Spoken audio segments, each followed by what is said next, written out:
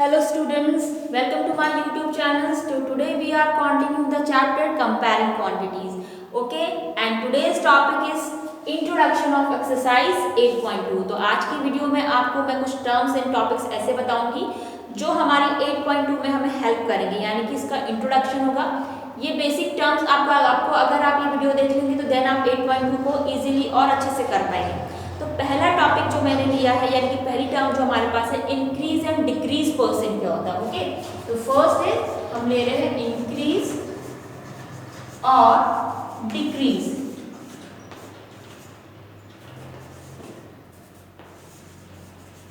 Percentage. Okay, increase and decrease percentage. Increase मतलब बढ़ना, decrease मतलब कम होना। यानी कि आपके पास क्वेश्चन में आपको कुछ भी पूछा जा सकता है कि कोई आपके पास कंपैरिजन पूछा जाएगा, यानी कि ऐसे पहले ऐसा था और अब डिक्रीज हो गया, पहले उसका प्राइस कितना था अब इंक्रीज हो गया। तो ऐसे केस में आप इंक्रीज परसेंट और डिक्रीज परसेंट कैसे फाइंड आउट करते हैं। एक छोटा सा एग्जांपल लेंगे, उससे पूरे डाउट क्लियर हो जाएंगे। सपोज आपने एक मोबाइल देखा जो आपको बहुत पसंद आया, वो उसका अभी एट प्रेजेंट प्राइस है 10,000 रुपीज। ठीक है, मैंने बोला कि वो 10,000 रुपीज का है, लेकिन आपने नहीं खरीदा। कुछ टाइम बाद आप उसको लेने गए, 6 महीने बाद आप उसको लेने गए या 2 महीने बाद उसको लेने गए, उसका प्राइस 10,000 से 15,000 हो गया। कितना हो गया? 15,000। तो आपको यहाँ पे आप देख रहे हो कि फर्स्ट जो आपका प्राइस है वो बढ़ गया है ना। तो इस केस में आप क्या निकालेंगे? इंक्रीज परसेंटेज निकालेंगे। और आपको बोला है कि find out the increase percent, आखिर उसमें कितना परसेंट इंक्रीज हुआ, कितना उसमें अमाउंट।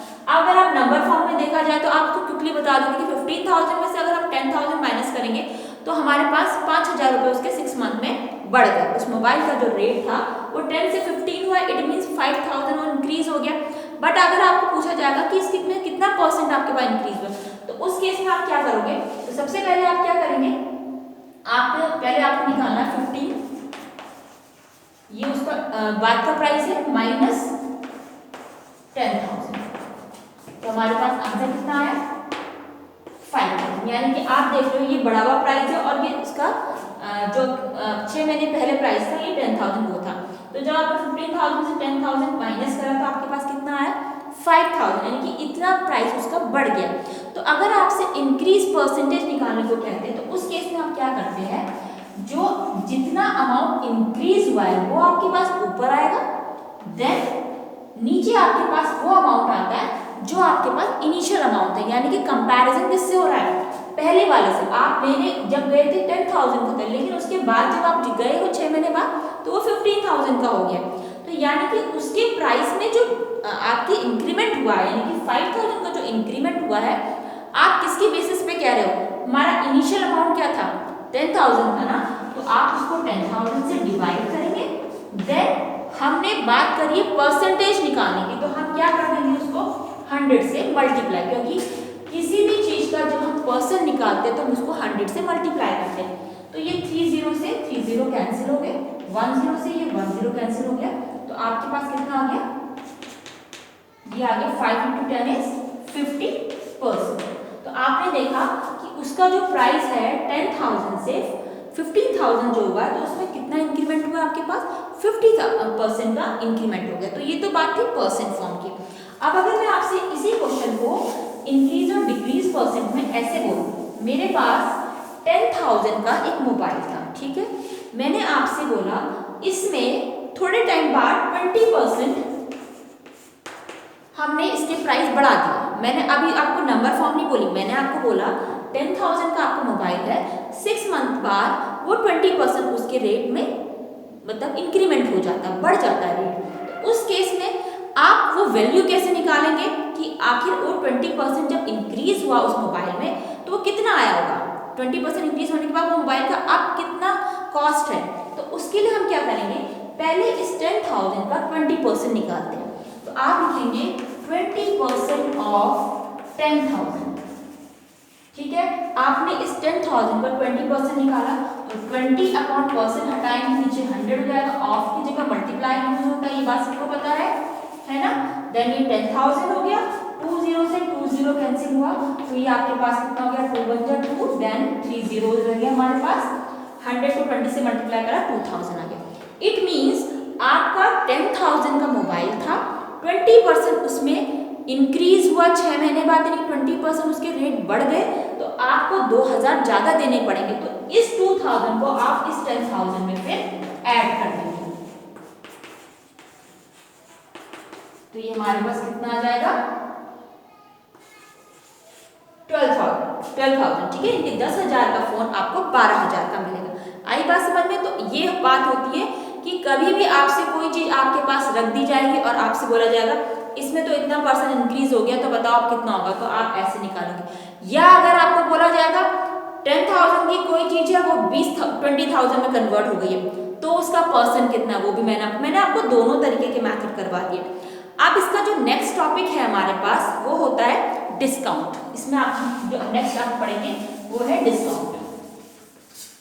डिस्काउंट कैसे फाइंड करते हैं ये भी हम देख लेते हैं।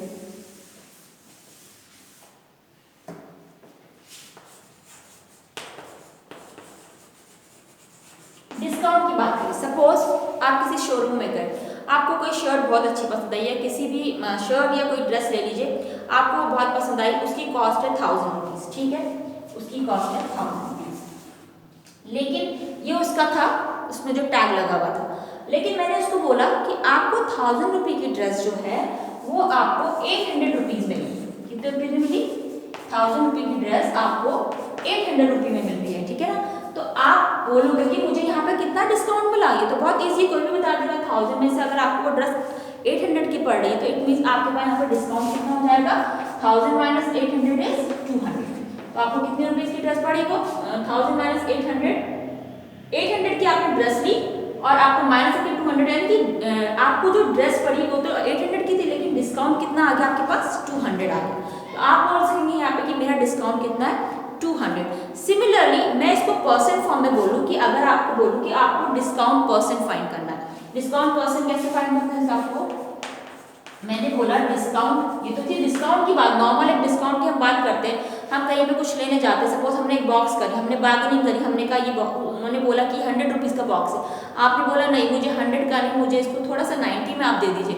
तो आपको कहीं ना कहीं आप उनसे डिस्काउंट लेते हैं ना, तो ये तो इन जनरल आप लोगों को अच्छे से पता है। लेकिन अगर हम डिस्काउंट % की बात करें, ठीक है, डिस्काउंट % कैसे होता है? डिस्काउंट % मतलब सपोज आपके पास 1,000 रुपीज़ की ड्रेस है, ठीक है, 1,000 रुपीज़ की ड्रेस है, और मैंने आपको बोला आपको इस 1,000 रुपीज़ में आप अगर उस शोरूम में जाओगे, आपको किसी ने ऑफर करा कि आप उस शोरूम में जाओ, वहाँ पे 1,000 रुपीज़ के जो जितने सारे आपके पास जितने भी 1,000 रुपीज़ के मटेरियल है वो आपको 10% ऑफ में मिलेंगे। तो आपने इसका 10% कम में लेना है वहाँ पे। तो अगर आपको उसमें बोला है 10% ऑफ है, ऑफ मतलब ऑफ और डिस्काउंट दोनों सेम होते हैं, ओके, हमने इसको 10% ऑफ में लेना है। तो उस केस में हम क्या करेंगे, देखिए उस केस में हम इसको कैसे फाइंड आउट करेंगे। हम पहले इस 10 आपके पास जो ये 1,000 की ड्रेस है उसका 10% निकालेंगे। तो आप लिखेंगे 10% ऑफ 1,000, ओके। पहले मैं इसका 10% निकालती हूँ, तो 10% इसका कितना हो जाएगा इंटू 100, यानी कि आपको वहां पे 1,000 रुपीज के जितने सामान है, या फिर एक ड्रेस ही ले लीजिए, आप एक ड्रेस लेने गए हो, तो आपको 1,000 में कितने रुपीज कम में मिलेगी? वो 100 रुपीज कम में मिलेगी। तो यानी कि आपको कितने की पड़ेगी ड्रेस? आप इस 1,000 में से क्या कर देंगे, इस 100 को माइनस कर देंगे। 1,000 में से आप 100 माइनस करेंगे तो आपके पास आ जाएगा 900 रुपीज, ओके। तो ये बात आती है जब आपको % फॉर्म में बोला जाएगा कि इतना उसमें डिस्काउंट है, तो बताइए वो ड्रेस कितने की आई। तो आई थिंक ये भी आपको क्लियर होगा। ये आप इसको दे सकते हो, ये सिमिलर थोड़ा सा डिक्रीज % की तरह होता है। डिक्रीज % में भी आपने अगर निकालना है तो आप कुछ इसी तरीके से उसमें लगाते हैं। अब डिस्काउंट में अगर हम बात कर रहे हैं, डिक्रीज % की अगर हम बात कर रहे हैं, डिस्काउंट % की बात कर रहे हैं, तो इसी में मैं थोड़ा सा आपको बता देती हूँ कि वैट मतलब होता है value added tax and sale tax. Value added tax और सेल टैक्स आप जब भी देते हो ना तो बढ़कर देते हो, इन द सेंस आप कोई फ़ोन ले रहे हो या आप सपोज कोई भी चीज़ ले रहे हो, ठीक है, जिसमें टैक्स इंक्लूड होता है। तो टैक्स इंक्लूड होने का मतलब होता है कि आपकी जो उसकी प्राइस है, एक्चुअली जो उसमें प्राइस है उसमें प्रॉपर मेंशन होता है कि आपका इसमें कितना % टैक्स लगेगा। यानी कि 10% आपको देना है, ये 20% टैक्स देना है, कितना देना है। सपोज आपने कोई चीज़ ली और आपको बोला कि उसमें 10% आपने टैक्स देना है। कोई भी चीज़ आपने सपोज ली, जैसे मैं एग्जाम्पल बता देती हूँ आप लोगों को।